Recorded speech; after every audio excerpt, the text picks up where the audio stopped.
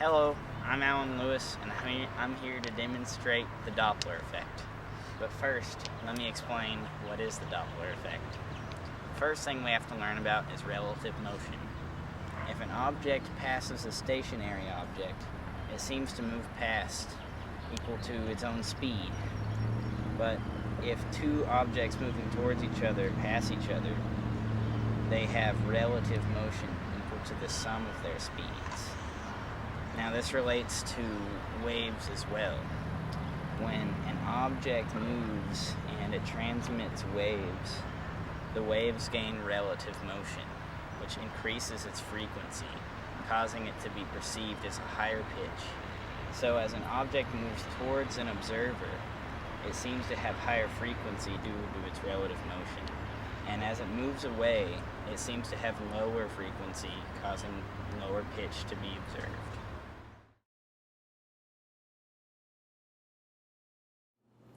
So the Doppler effect is shown in all types of waves, not just sound waves.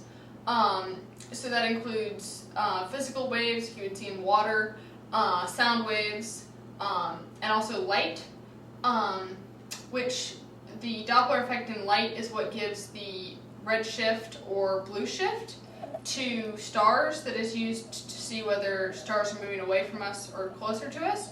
Because as a star moves away from us, the wavelength or the frequency decreases, which is characteristic of red light, so it makes the star look more red. Or if it's moving towards us, the frequency increases, which is characteristic of blue light, so the star looks more blue to us. In a moment, we will show an example of the Doppler effect with sound waves. But just to illustrate, so you can understand better the way that the Doppler shift works, we're going to demonstrate the Doppler effect using physical waves in the form of water. So to demonstrate this using water waves, we have a pan of water that has blue food coloring in it, so you can see it more clearly. And then we are going to use this chopstick to create continual waves in this water, kind of with that pattern. And so this is what that looks like.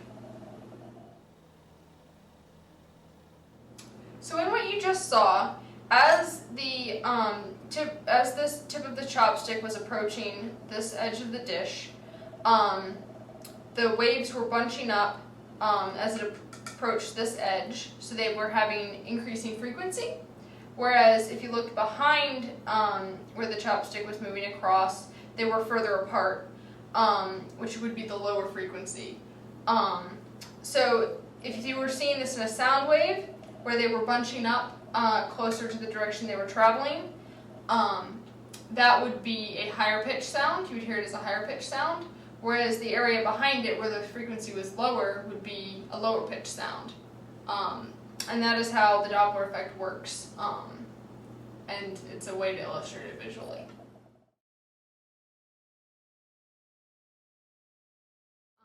Situations you can have with an observer and a source of sound. Either the observer can be stationary and the source of sound moves past them. The source of sound can be stationary and the observer moves past it. Both the observer and the source of sound can be stationary, or they can both be moving at the same velocity in the same direction.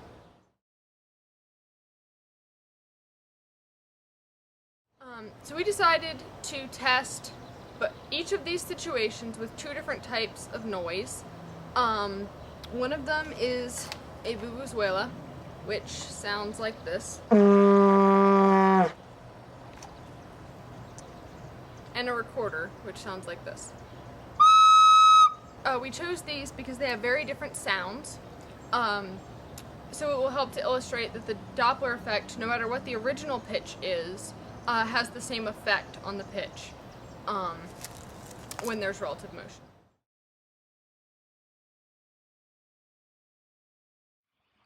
With the Doppler effect, whenever the object producing the sound moves forward, the sound waves move forward as well. And since the sound waves that are, say, a couple of seconds after the first sound wave starts are now more forward, the frequency will increase as the wavelength will shorten. However, whenever the object is passing by, so whenever you're behind the object, that is producing the sound waves. The sound waves are more distance. The sound waves are moving backwards but not at the same speed as the sound waves in front of them, and so on and so forth. Therefore, whenever the object is moving towards you, the pitch is higher, while the object is moving past you, the pitch is lower.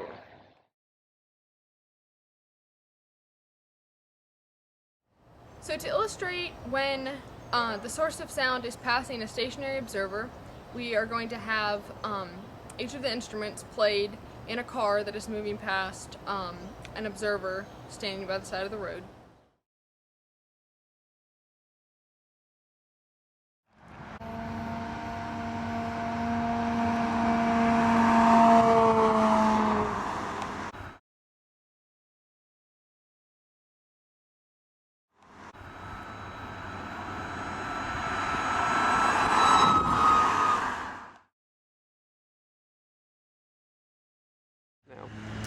So when the source of a sound is stationary, but the person observing or recording is in motion relative to the source of the sound, as they approach the source of the sound, they will be reaching each successive wave of sound more quickly than they would have if they had remained still. Thus the frequency seems to be increasing. And then once they pass the object, they're receding from it, so the wave, as it moves away from the source, takes longer to get to them because they're a further distance away each time, and so that frequency seems to decrease, and that creates the change in sound when the observer is passing the source of the sound. For when the source of sound is stationary and the observer is passing the source of the sound, we're going to have the instrument being played at the side of the road and the car with the observer and the camera in it driving past.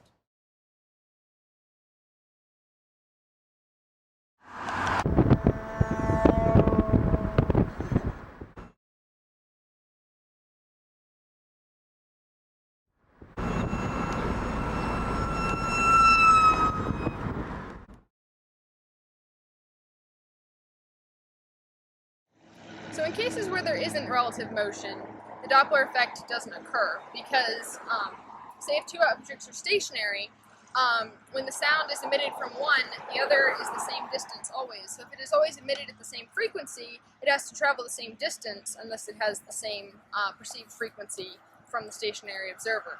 But if this also applies if the objects are moving at the same speed in the same direction, because they also have no relative motion. So if one is receiving, because the distance between them stays the same, as long as the frequency at which the waves are being emitted stays the same, the frequency perceived by the observer will stay the same because the waves will travel the same distance each time, giving them the same frequency.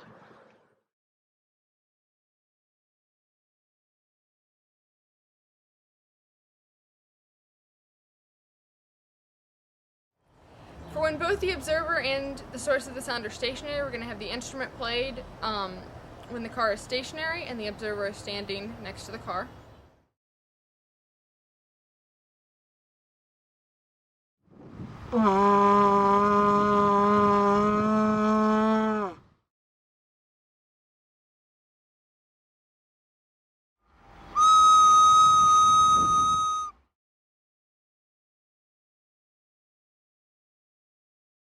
And finally, for when the observer and the source of sound have the same velocity, we're going to have the instrument being played in the car moving, and the observer with the camera is going to follow at the same velocity, so it stays the same distance always.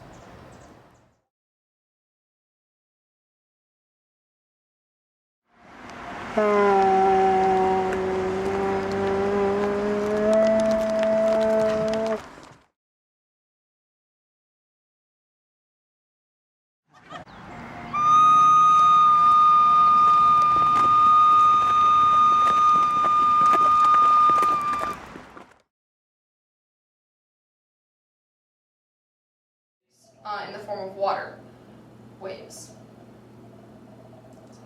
which sounds like this. I'm sorry, can we do that again?